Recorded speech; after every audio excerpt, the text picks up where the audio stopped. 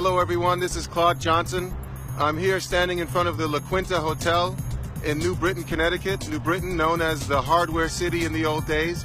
And I'm here to talk about this week's artifact, a poster of a game between the New York Renaissance and the local New Britain Pros. The game was played at the Stanley Arena, a famous basketball and wrestling venue, which was right here at this site.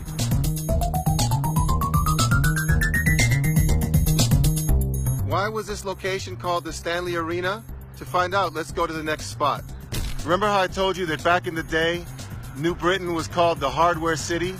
Well, that's because it was dominated by a company called the Stanley Works, which made all of those famous Stanley tools that you know about. In 2010, they were merged with Black & Decker.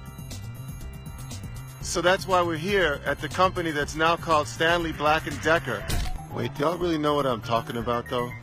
I'm talking about all these familiar tools by Stanley that you need in order to build stuff, hardware. That's why New Britain was called the hardware city. But anyway, what about the game? What about the game of the century between the New York Renaissance, nicknamed the New York Rens, who were representing New York City, and the New Britain Pros, who were representing the hardware city? To find out more, let's keep going.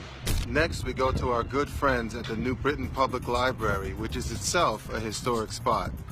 It's a great resource because their local newspapers aren't digitized yet, so you have to actually go in and look at the microfilm by hand. We first established that the only Sunday, February 24th, during the time that both of these teams existed, was in the year 1946. Then we find out something very interesting. Both of these teams had already played each other twice this season. The New Britain Pros had won the first game, and the New York Renaissance had won the second game, so they scheduled a third to settle things. But there was some additional drama. Two of the New Britain players, a guy named Hank Gerhardt, who was a former Seton Hall star, and Al Moschetti, who was a former St. John's star, had been injured during the prior week playing against African-American teams. Gerhardt, who also played for a team in nearby Meriden, Connecticut, got his right eye gashed accidentally in a game against the Harlem Yankees, which was a farm team for the New York Renaissance. But Moschetti, who won an NIT national championship title with St. John's under head coach Joe Lapchick in 1943, got his nose broken by a sucker punch during a fist fight in a game with the Brooklyn Brown Bombers. Fans in New Britain were beginning to wonder if so-called colored teams were so-called bad medicine. Beyond all that, the New Britain Pros wanted an invitation to the World Professional Basketball Tournament in Chicago that year.